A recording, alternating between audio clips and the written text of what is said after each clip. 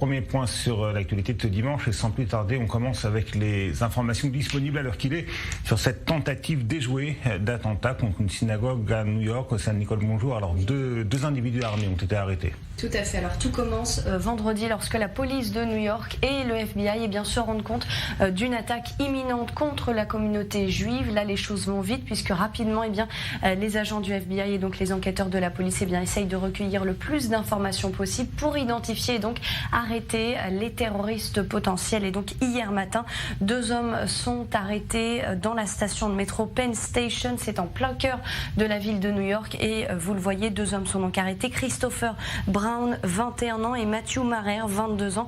Tous les deux habitent à New York. Ils étaient lourdement armés, couteaux, armes à feu et près de 30 cartouches de balles. Ils planifiaient donc une attaque contre la communauté juive de New York et ils étaient prêts à passer à l'acte, notamment à s'en prendre dans une synagogue, selon les renseignements de la police. Les policiers qui ont également retrouvé sur eux, dans leur sac, un masque de ski noir et un brassard nazi. Selon les médias américains, ils avaient publié des menaces contre la communauté juive sur Twitter.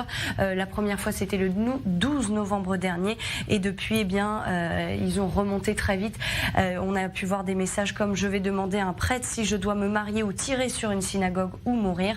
Les policiers ont donc pu les arrêter et remonter jusqu'à l'ordinateur d'un d'entre eux, la chef de la police de New York, qui s'est félicitée de cette attaque déjouée. Vous le voyez, je cite, « Nous sommes extrêmement reconnaissants aux enquêteurs de la police de New York et à nos partenaires des forces de l'ordre qui ont découvert et stoppé une menace contre notre communauté juive.